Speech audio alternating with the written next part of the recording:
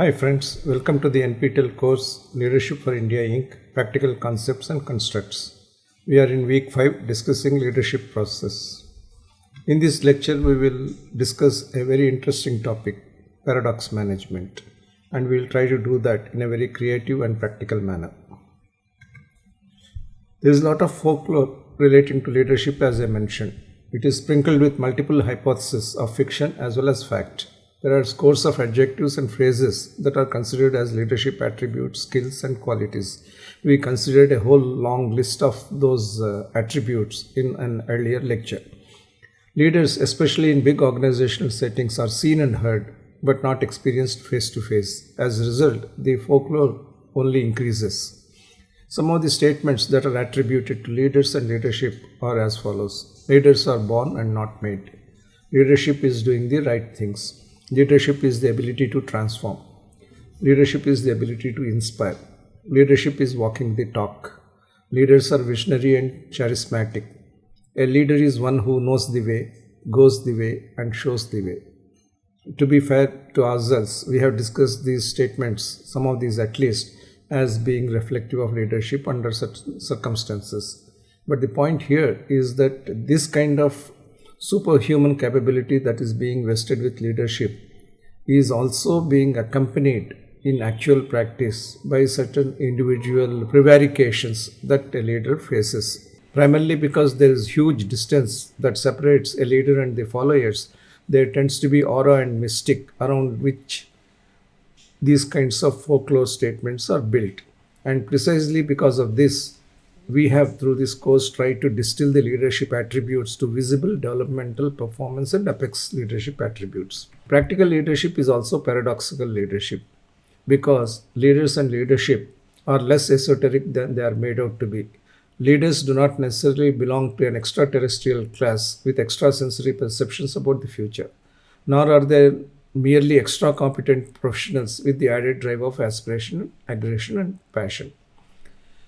Leadership is not only about vision, strategy, and execution in an inspirationally transformative perspective, but practical leadership is also the art and science of achieving the sustainable growth with profitability and reconciling, resolving, and managing several contradictory drivers of performance as we proceed with that.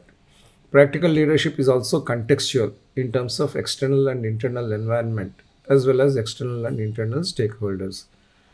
Practical leadership involves making wise, even if seemingly inconsistent, choices between various drivers of performance. A practical, successful leader, very often than not, conducts himself as a very elegant tightrope walker. He is not a dashing airborne flyer.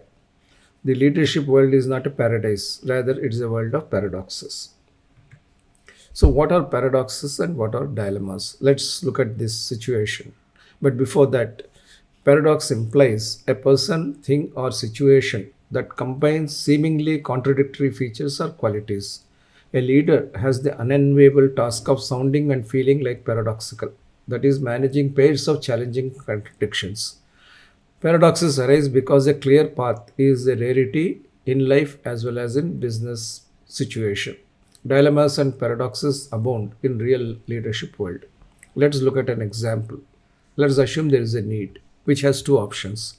Option 1 has got all advantages and no disadvantages. Then that option 1 will be chosen. There is no doubt about it and there is no need to prevaricate about it. Let's say you have a option 2 which has all disadvantages and no advantages at all. Then again, it is rejected clearly. No prevarication about such rejection.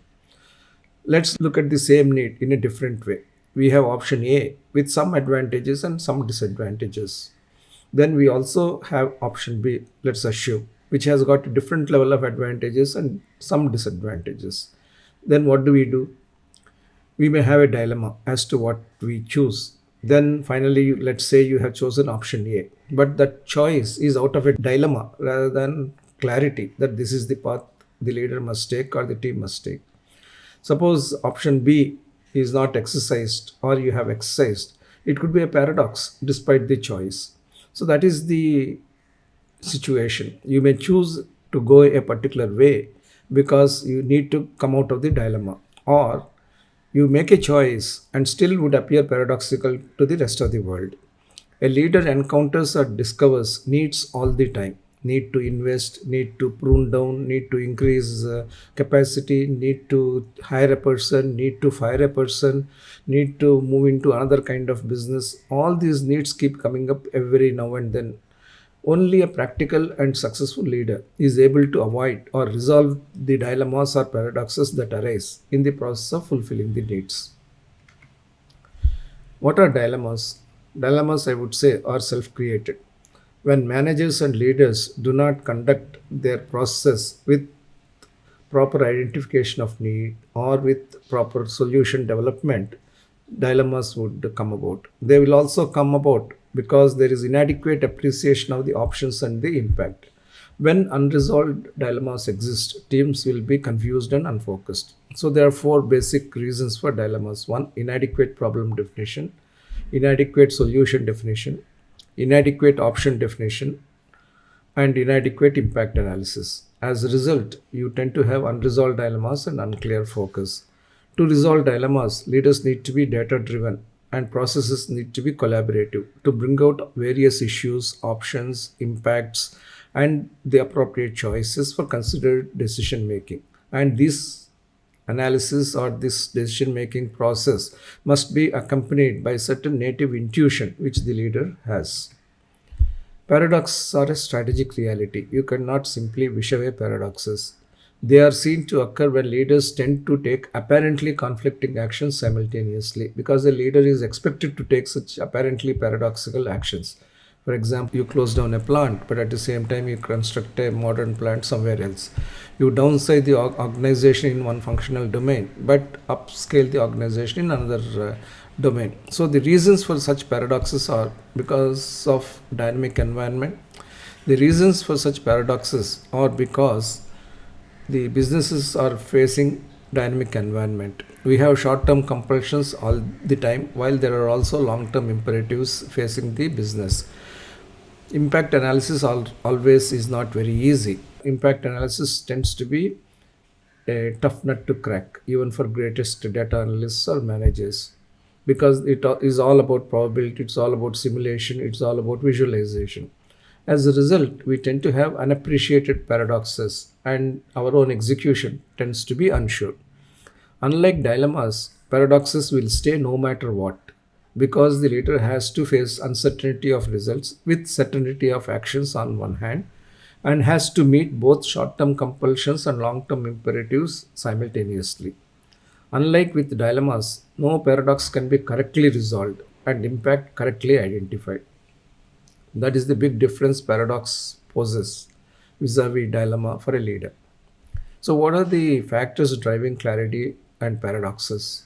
There are certain latitudes of leadership which we can say: people, horizon, drive, cost, direction, investment, business, pay. These are all the leadership latitudes that are available for a leader to play upon.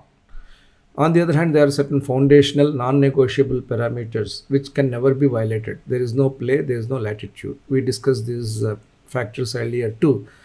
Just to recall: safety and health, quality, environment, ethics, compliance. There cannot be any negotiation with reference to these foundational factors. So, in strategic and operational management, you could have certain latitudes, but you cannot compromise on your core values as a leader. And why these core values are so non negotiable? Because we can never compromise the safety of business, operations, products, people, and facilities.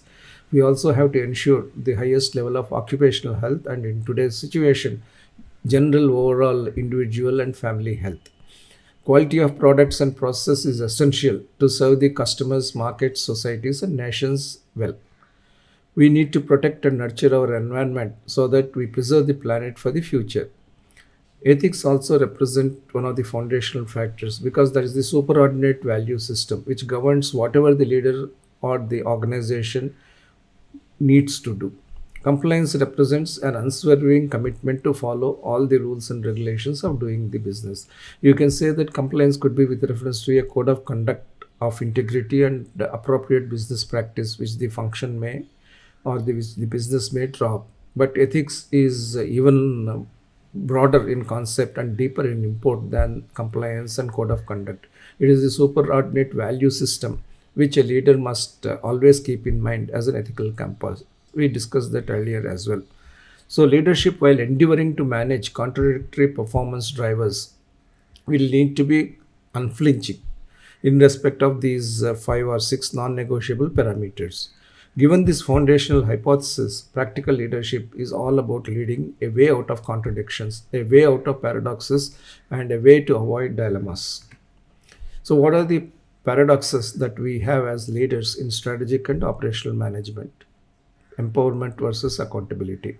Short term, that is tactical, versus long term, that is strategic. Competing versus collaborating. Cost versus value. Change versus continuity. Investing for growth versus investing for sustainability. Core versus non core. Pay for performance versus pay for potential. And finally, results versus reputation. The key task for a good manager or a leader is to resolve these paradoxes with appropriate constructs or modeling of role behavior in such a manner that they are not only logical, rational, and emotionally sound, but actually develop result oriented performance from the organization. So let's look at the first paradox, empowerment versus accountability. That's the biggest leadership challenge for a successful leader. How to develop and sustain an entity which is completely entrepreneurial yet is also systematic, which is empowered but is accountable. Entrepreneurial and empowered cultures go hand in hand because they generate new ideas, new products, and services of transformational nature.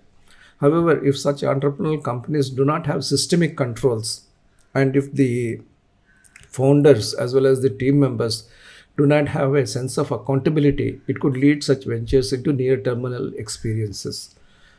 On the other hand, a highly systematized and stage gated organization delivers consistent outcomes but not necessarily transformational results. Over time, functional leaders who are unable to transform into business leaders tend to develop a vested interest, keeping the organization highly systematized, highly bureaucratic, making it functionally driven, and not allowing business considerations or product considerations or growth considerations drive the organization. As a result, the entire organization gets ossified and losing the entrepreneurial spark, which is very much required. And along with that, lack of empowerment also comes about. And of course, there is no accountability in such organizations because you are being told to repeat the same thing over and over again. Creation of business unit organizations is an essential step to develop a top leadership bench that knows how to run a business rather than a function. So, the sooner an organization moves from a functional approach to a business approach, or if the scale is not large enough, shades of business profit and loss is provided to functions, the better it would be for such organizations. So, fusing an empowerment with accountability is best achieved by creating the business unit organizations, identifying a single point business leadership where the accountability stands, and also integrating all line and staff functions in the business unit and holding leadership accountable for growth and profitability. Leaders should monitor operational leaders to become business leaders. That is, every business leader has been or would have been once upon a time an operational leader or a functional leader. The apex leader has the responsibility to empower them to become business leaders. How do we resolve the paradox of empowerment with accountability? We have these functional aspects, we have these business aspects. By conducting a good role definition exercise, by ensuring an organizational culture which enables empowerment along with accountability, encouraging and practicing inclusive leadership, establishing clear goals and key performance indicators, and inculcating a result orientation in the entire organization, you will be moving to resolution of the paradox between empowerment and accountability. And you also have to design organizations in such a manner that consistent with the scale and scope of the business, you move as soon as possible from functional to strategic business unit to global matrix organization at the earliest. In this process, boards and chairmen, executives of chief executive nature have a special responsibility to develop business leaders out of functional leaders. Ability to empower is like giving part of your power as a leader, but that is the way in which power grows overall in the organization in a positive and inclusive climate. Then we have this short term versus long term paradox. A common fallacy is that leaders need to focus on the long term and executives need to focus on the short term. While leaders certainly need to have long term vision of how technologies and markets would shape up and how the organization could transform itself for the future, no leader can ignore the short term. We have seen in the earlier three horizon discussions that unless the current horizon is strong, robust, and providing revenues and profits, there is no way in which an emerging horizon can come in quickly, and no way in which the distant horizon can be invested for. So that's very important. Short term actions certainly ensure revenue and profit that enable a company to undertake futuristic bets. And actions for the long term ensure that a firm can stay in the growth path even if it is in established business. A leader's choice, therefore, is not to choose between long term and short term. It is actually how do I make these two work together? That's the challenge for the leadership. The successful leader approaches this with two clear foresight that satisfy both the short term and the long term. Also, given that the long term is always fraught with uncertainty, the leader's objective must be to minimize the margin for error. And given that the short term is predictable, the objective must be to maximize the scope for success. So, what do you do as a leader? In the short term, the business must be maximized for success. And for the long term, you should bring predictability into what is unpredictable, bring feasibility into what is desirable, and bring viability for the organization as well as the customers together. Let's try to see some ways to achieve this. When we talk about short term, we talk about quarterly results, revenues, profits, market share, market cap, year over year comparisons, at times sequential comparisons. And we also have strategies of pushing sales, reducing capex, saving costs, better working capital management, better cash management, etc. In the long term, we have aspects such as 5 year results, which are expressed in terms of sustainable growth, that is compounded annual growth rate, competitiveness, industry leadership, total shareholder returns.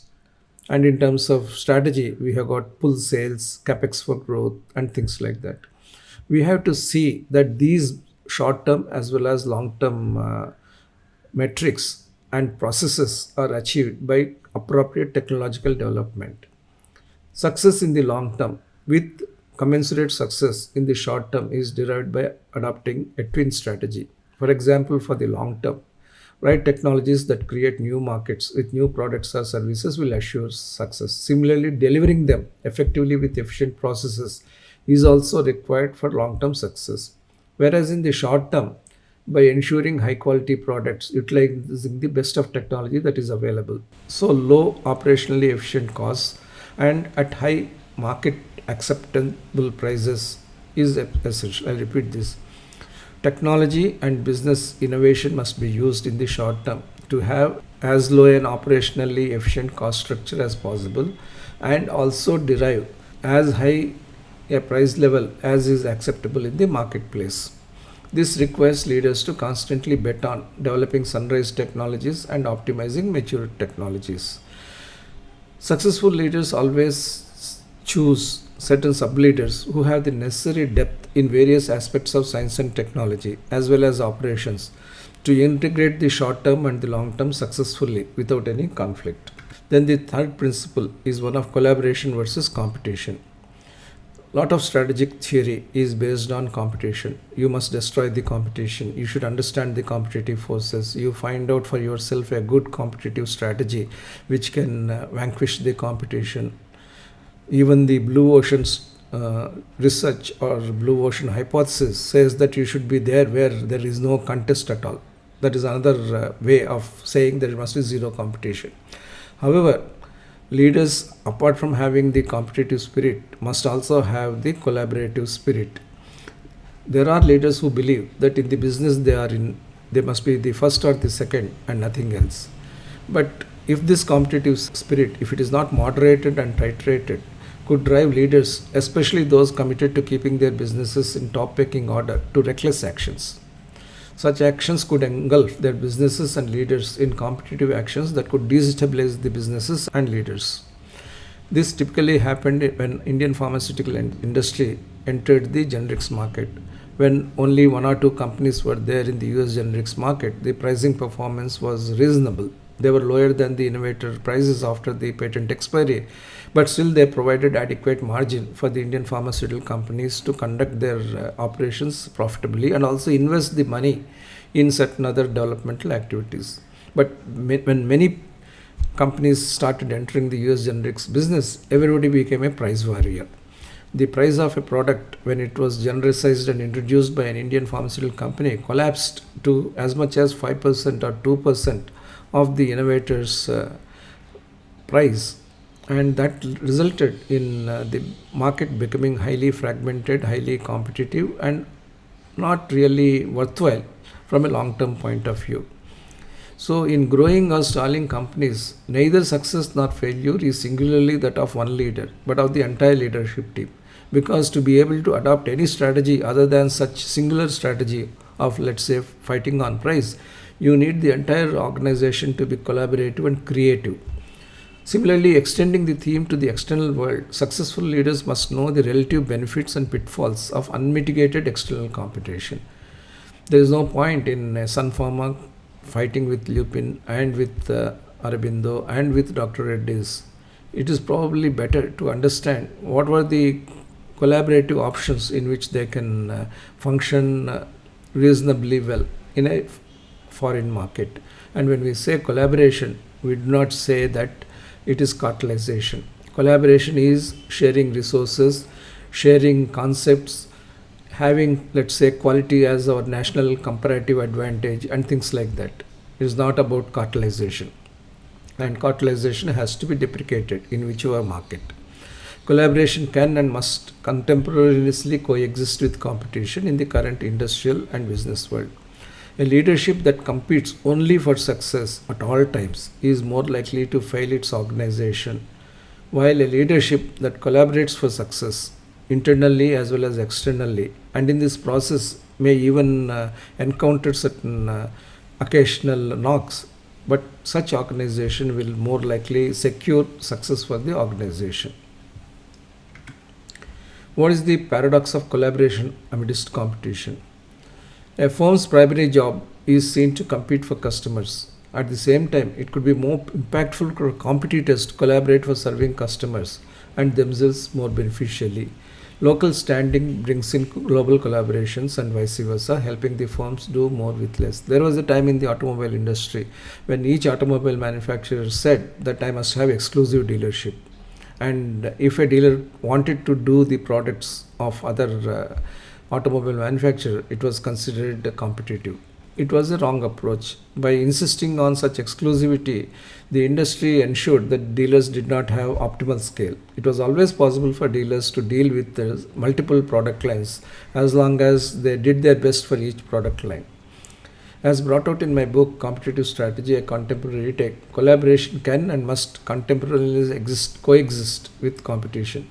Leaders who understand the tightrope between collaboration and competition take optimal decisions between integration and diversification, insourcing and outsourcing, in licensing and out licensing, investment and divestment, physical and internet aspects of business. So you can see that there are so many areas where there could be dilemmas, there could be paradoxes, there could be competition.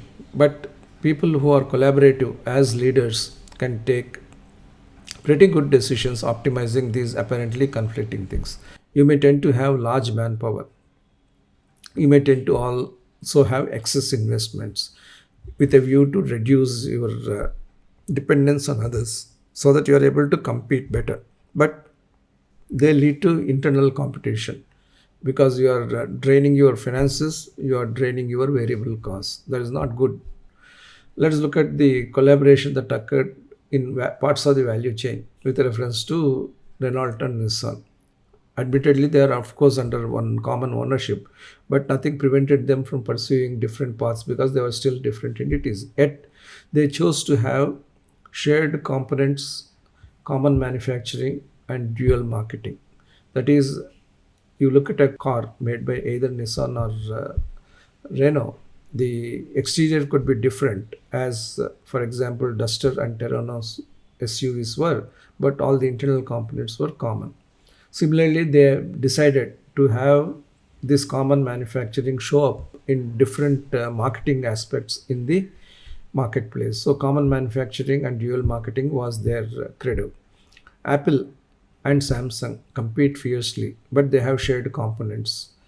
Therefore, collaborating in parts of the value chain is very much feasible, and that is one good solution to have the benefit and strength of mitigated competition and heightened collaboration. The ability to optimize investments and maximize returns would depend on the ability to walk this tightrope between collaboration and competition. Then let's look at the paradox of cost with value. Many times, customers as well as leaders believe that the lower the cost, the better is the product. It is unfortunate that many leaders mistakenly believe that low cost or low price of a product or service implies high value to the customers. Efficiency and productivity, however, need to be taken as mandatory requirements in any case. Let's look at an example from the Indian automobile industry. We have three types of cars which we have seen over the last few years. Nano, priced at rupees 2 lakhs. Originally, it was priced at 1 lakh. Quid, a Renault product, which is priced at rupees 4 lakhs. And Swift, rupees 8 lakhs car. Nano had zero sales. In fact, production has been stopped. Quid has a sale of 2,000 to 5,000 cars per month, and it is somewhere in the small scale or mid scale range. We have Swift, which is a market leader in its class, and it sells 15,000 to 20,000 cars per month. Therefore, it is very clear that notwithstanding the higher price, Swift has been selling in much greater volumes. Market perceives value independent of cost and price. Successful firms combine internal cost efficient position with external value delivery positioning. That is important.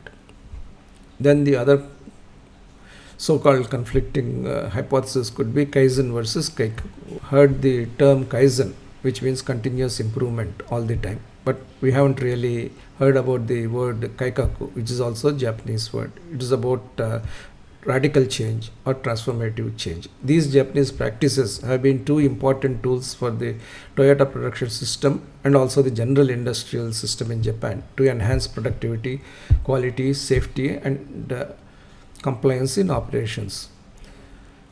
Both words have got their origins in Toyota production system but have applications in areas beyond production.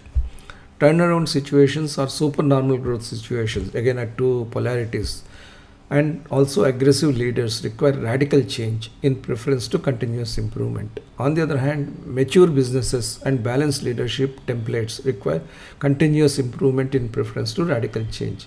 At times, the compounding impact of continuous improvement could be far more impactful than the step ladder function of having radical change every 5 years or 10 years. Alternatively, the short term is an ideal arena for Kaizen or continuous improvement, and the long term is the more appropriate canvas for Kaikaku or radical change. Perceptive and successful leaders apply principles of both Kaizen and Kaikaku simultaneously so that waste can be eliminated, costs can be driven down, quality could be improved on one hand, and also achieve step function enhancements on the other. Every time, for example, you undertake a complete product renewal, probably that is the time also to have a significant change in the manufacturing establishment, and also have a transformation in the way the products are going to be sold. So that could be a radical transformation across the entire value chain.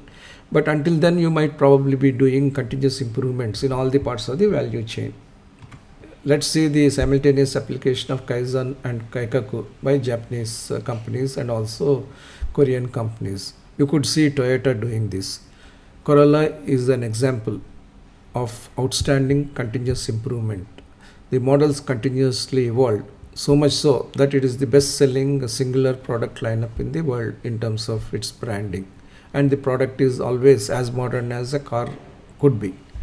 On the other hand, the company also achieved the hybrid revolution. It brought in a radical transformation in the car technology by bringing in the Prius hybrid.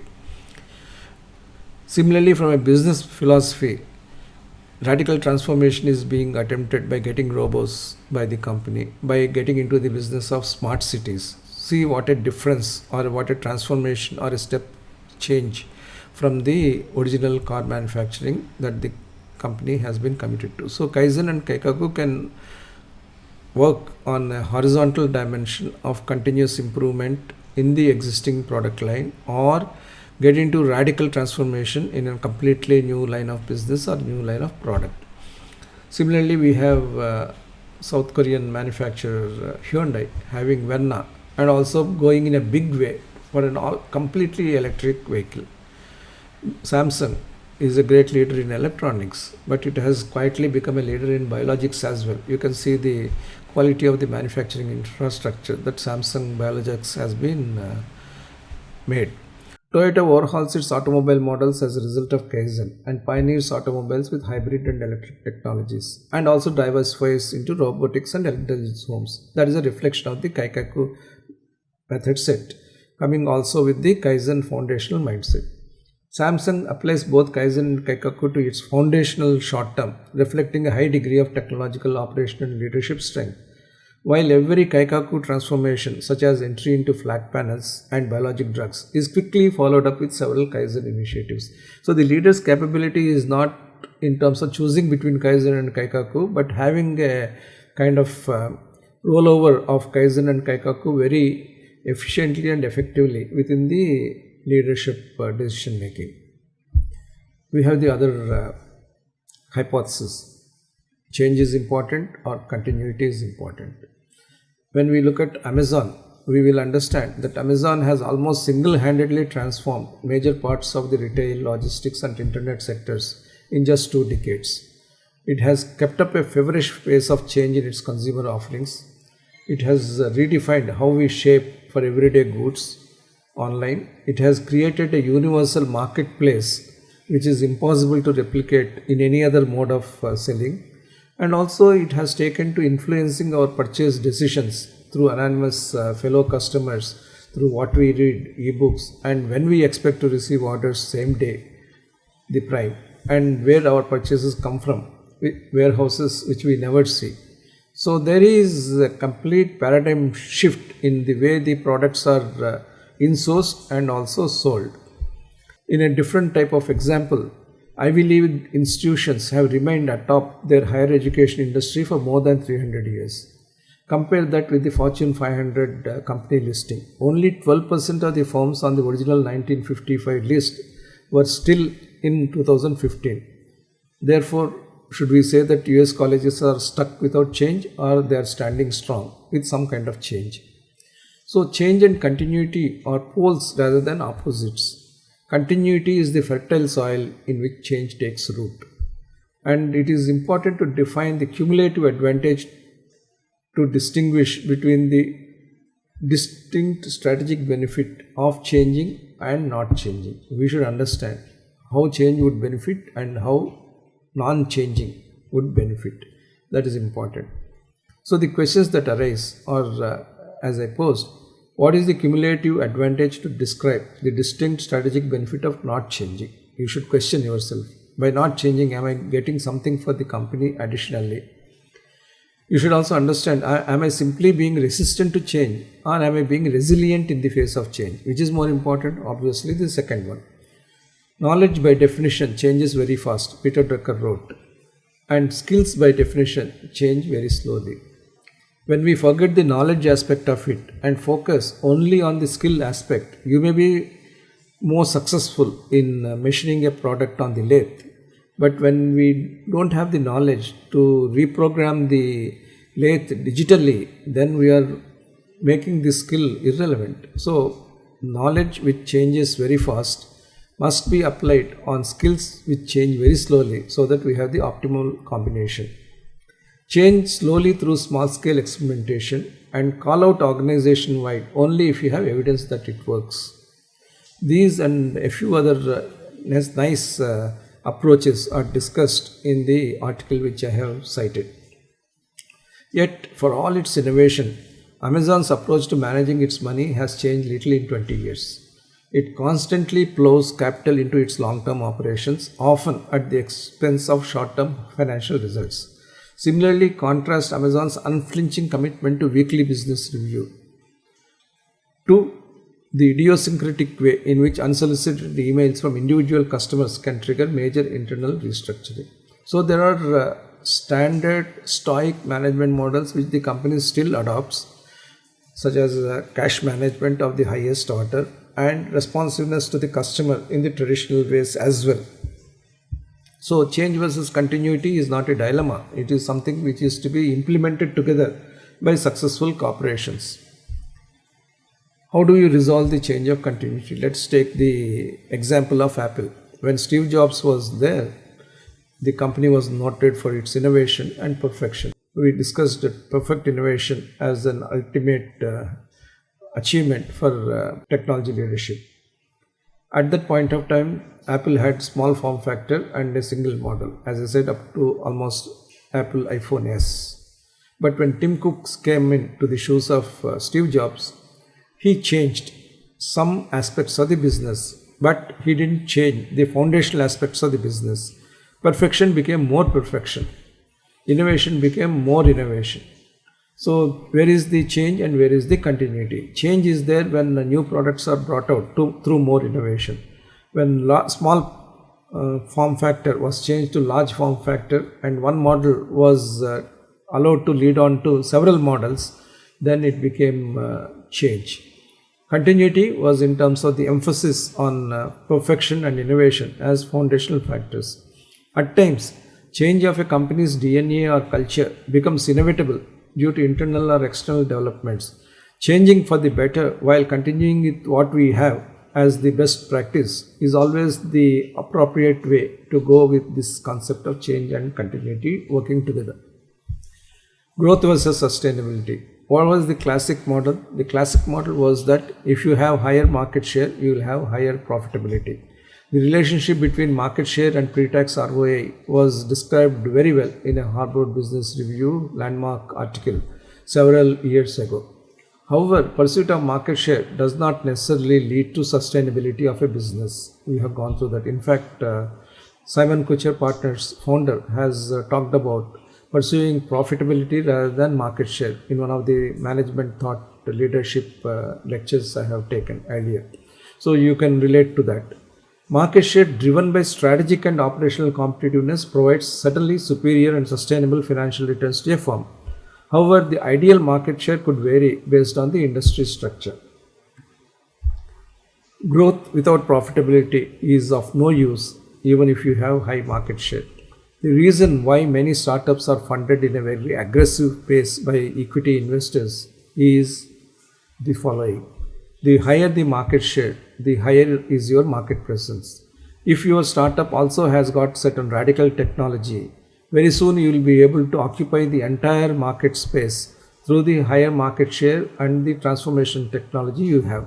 Therefore, it makes sense to fund a startup to acquire the best possible market share, even if it is at the highest possible premium level for the shareholding, as long as the long-term vision is of the radical technology capturing the market space. That's why you see many companies which are valued highly, even as unicorns, having high levels of losses. Ola had high levels of loss even pre-COVID. So did Oyo and even Paytm. Similarly, the biggies in e-commerce, Flipkart, Amazon India, Paytm, Snapdeal, they have a disappointing financial performance. And they are bleeding losses for a number of reasons. If you see this circular pie chart, you will see how at different levels of revenues, you also have different level of losses. And the total losses have also been snowballing. Blind pursuit of scale with losses that are funded by generous investor funds in the hope of market dominance at a distant point of future, this flies against prudential leadership. More so when financial and other global emergencies strike. We had recently a case of Reliance acquiring a unicorn at fire sale price, maybe about 1/8 of the price it commanded at one point of time. That was possible because the model itself was deficient and couldn't stand the test of robust financial management or robust business management. So while having certain principles of startup in mind, that is radical technology intent and ability to attract and convert the market, we cannot also fly against the prudential principles of having a business model built on profitability. That is important. It cannot happen in the first year, but it should be allowed to happen at least in the second year, third year. Then we have the paradox of growth with sustainability. There can never be and there should never be a conflict between growth and sustainability, as both are mutually necessary for industrial and economic development. Leaders must clear their minds of the assumed conflict that one will have to moderate growth to be able to be sustainable, and vice versa. Many of the principles we have discussed in this lecture are supportive of growth with sustainability, and these principles must be used at every step. Leaders should have a good sense of financing growth. Ideally, R&D and pre-commercialization must be handled through risk capital, whereas commercialization and growth phases must be financed as if they are being financed by interest-bearing debt, even if it is equity capital. Going back to the same startup example, you can conceive of every startup being in two phases, one the R&D phase and the other the commercialization and growth phase. If you have different levels of funding and different types of funding for these two phases, which is linked to some accountability in terms of product development and in terms of growth capability, then the kind of losses you are seeing in the startup space and the missed expectations would not take place. So investors as well as leaders who work on growth at any cost model must realize that funding without returns is public money lost forever, and that is more relevant and more appropriate in a resource scarce economy like ours. The focus of leadership must move from market capitalization to profitability and dividend paying capacity. There have been really very strong setbacks in this market dominance model that is growing without recourse to profitability. WeWork, SoftBank and a host of Indian startups post-COVID situation clearly indicate the futility of such models. Leaders in resource scarce economies like India should be even more guarded against such opportunistic but unsustainable models. The other challenge we have is in discussing and debating and finally deciding what is core and what is non-core for a business. Core and non-core businesses have distinct characteristics. As a concept, core and non-core is beyond diversification. The concept can be partitioned in terms of current and futuristic technologies and current and futuristic businesses. This matrix presents that. If you have current technologies which are functioning in current businesses, you can say that you are in the core business. If you adopt future technologies for current businesses, you can say that you are upgrading for sustainability of current businesses. If you are developing future businesses out of the current technologies you have, you are undertaking diversification in the ordinary course of business. On the other hand, if you are deploying future technologies for future businesses, you are having a current non-core which could be the core business for the future. It could be viewed as non-core because technology is futuristic, business is futuristic, but that could become the core business for the future. Diversification into non-core based on current technologies may not be as threatening to leaders as that is based on futuristic technologies, but the risk-reward relationships are completely different in each of the cases, varying again based on the time horizons applicable and the industries concerned.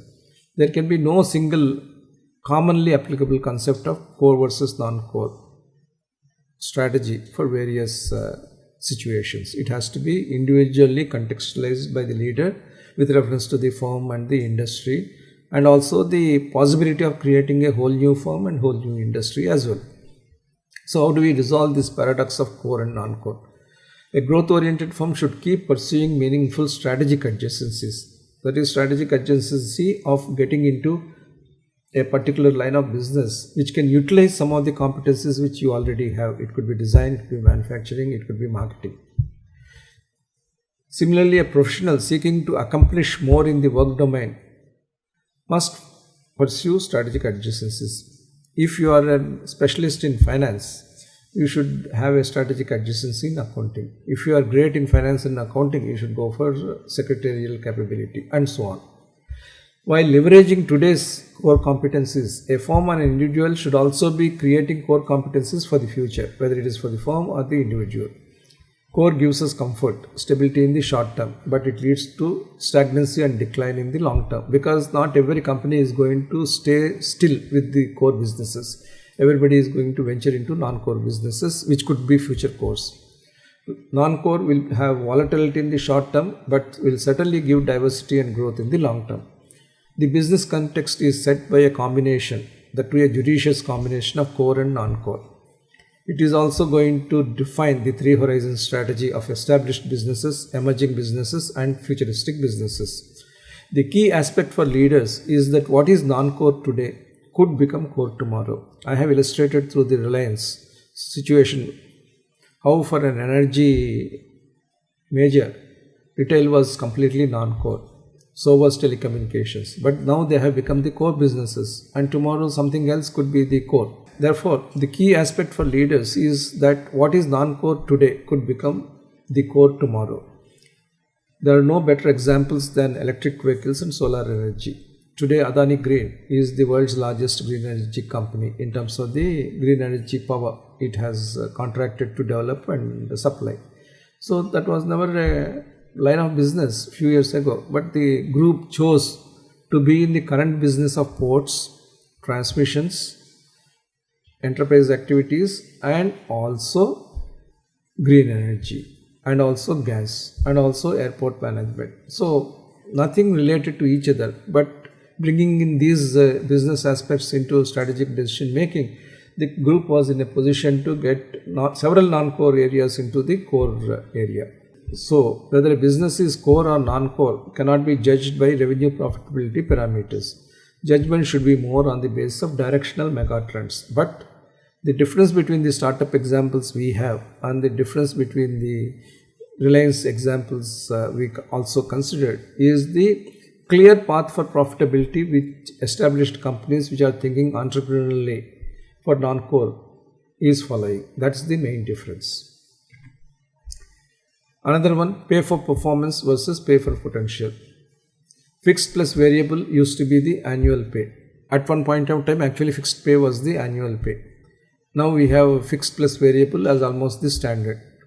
However, that annual pay, when combined with years ESOP, it becomes the total rewards which an individual could get. And this total rewards follows a normal distribution. Some are high performers, they get highest level of total rewards.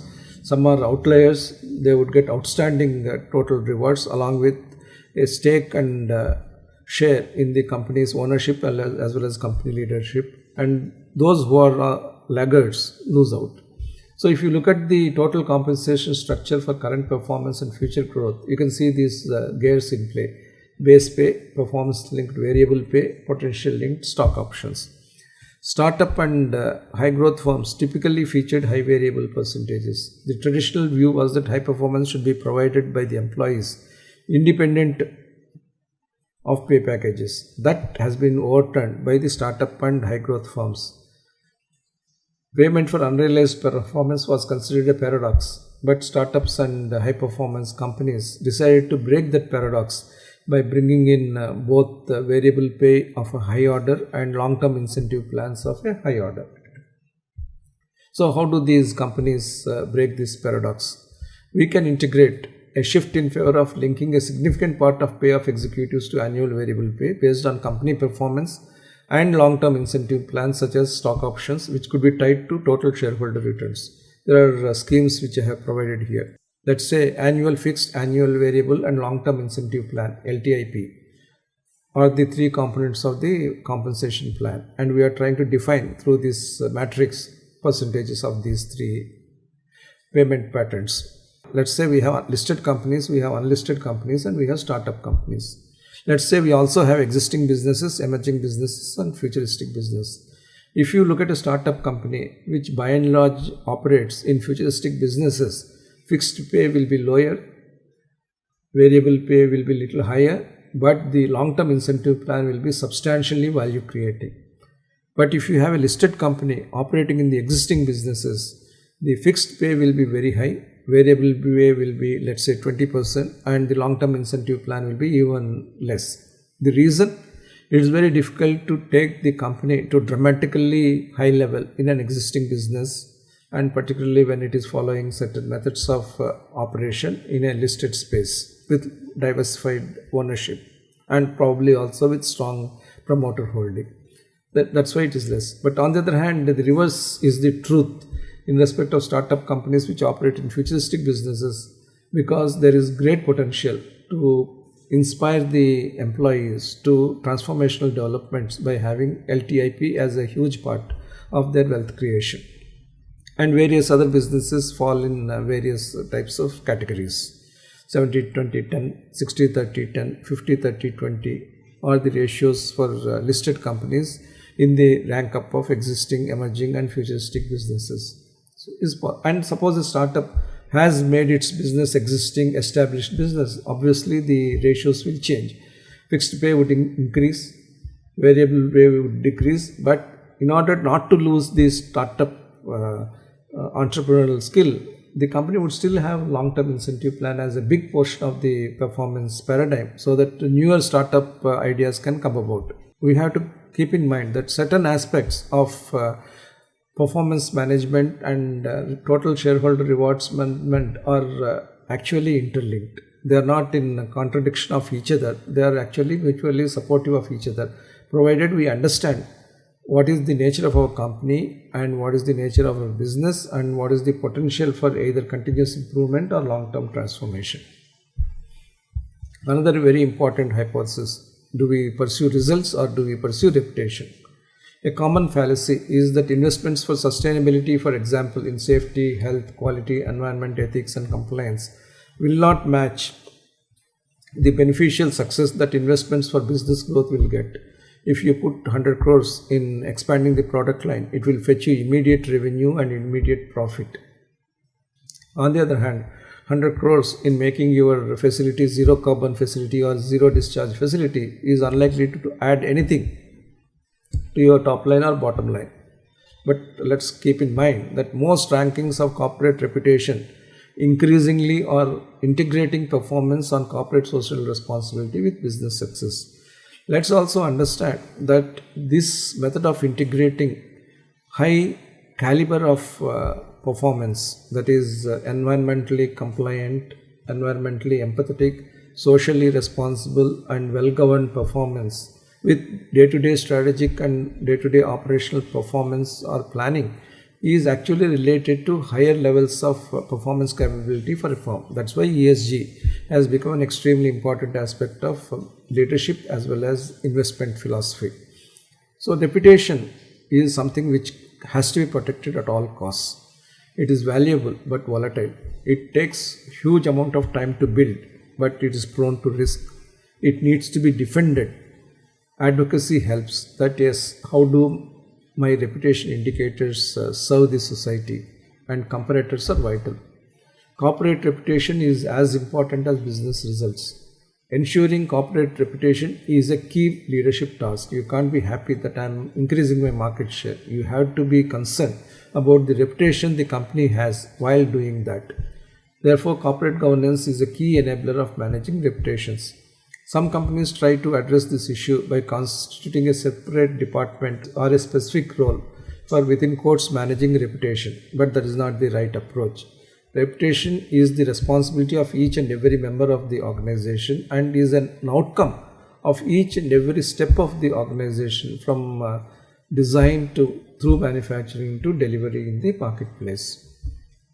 How do we resolve the paradox of results and reputation? As I said, business growth is driven by revenue, profit, market share and market capitalization. That is the standard matrix. But we should aim at operational sustainability by having safety, quality, environment, ethics and compliance. Safety including also occupational health and safety. That provides operational sustainability. If you have operational sustainability, which could mean, per the lectures we have considered, resource effectiveness, that is, you use less materials for more output, or you extend the product life cycles and various other means, then you have operational excellence as well coming through operational sustainability. Then automatically business growth develops in terms of the 4 factors that I have presented here. So for leaders, investment for operation sustainability is as important as investment for growth drivers. That is what we need to keep in mind. So this resolution of paradoxes is mutually reinforcing. Each paradox can be resolved on its own. But resolution of the paradoxes can take place synergistically as well. For example, core and non-core and short-term and long-term are mutually synergistic. Many combinations are possible. When we look at empowerment versus accountability as a principle, principle 6 and 9 have synergy with that principle. Short versus long term has synergy with change versus continuity, investing for growth versus investing for sustainability, and core versus non-core. So short term and long term and change continuity, growth and sustainability investments, and core and non-core strategies are all interlinked. Pay for performances versus pay for potential is linked to the short-term and long-term performance of the company. Similarly, results versus reputation, cost versus value, and pay for performance versus pay for potential. Besides being in relation with every other good management and leadership practice we discussed. The leadership skills lie in deriving mutual reinforcement from the various tactical and strategic actions that we have discussed, rather than viewing them individually or pitting one against the other, or even trying to resolve one paradox by itself, instead of looking at all the common paradoxes we face in our leadership journey and try to resolve them holistically. That is extremely important. So when ends converge, you will have the absolutely highest level of leadership. Leadership is a synthesis of not only excellence but also is a harmony of contrasts. Practical successful leadership is built on the solid foundations of safety and health, quality, productivity, ethics and compliance. It achieves convergence between these 5 or 6 important pairs of apparently contradictory but practically synergistic options for leadership. Leadership, therefore, has to be viewed in the synthesis capability, taking together contrasting approaches, balancing the pole positions, balancing the quantitative results with qualitative reputation, integrating all of these things at the highest levels possible in each of these areas. In certain cases, the highest levels may not be simultaneously possible. For example, trying to meet the short term as the long term. You can't say that I will do only one. You have to do both, but you have to do it in a reasonable way so that the business can last for perpetuity. On the other hand, having qualitative reputation and quantitative result could always be at the highest level on both these dimensions. So the result of this model of practical leadership, which synthesizes and synergizes seemingly different views, would surely be consistent growth, sustainable growth, and consistent profit as well as sustainable profit for the organization. This is a very elegant practical leadership model. It has the potential to generate sustainable wealth and value for the organizations, customers, markets, societies, and nations. We have to make this type of convergence possible in our leadership journey. Thank you. We will meet in the next lecture.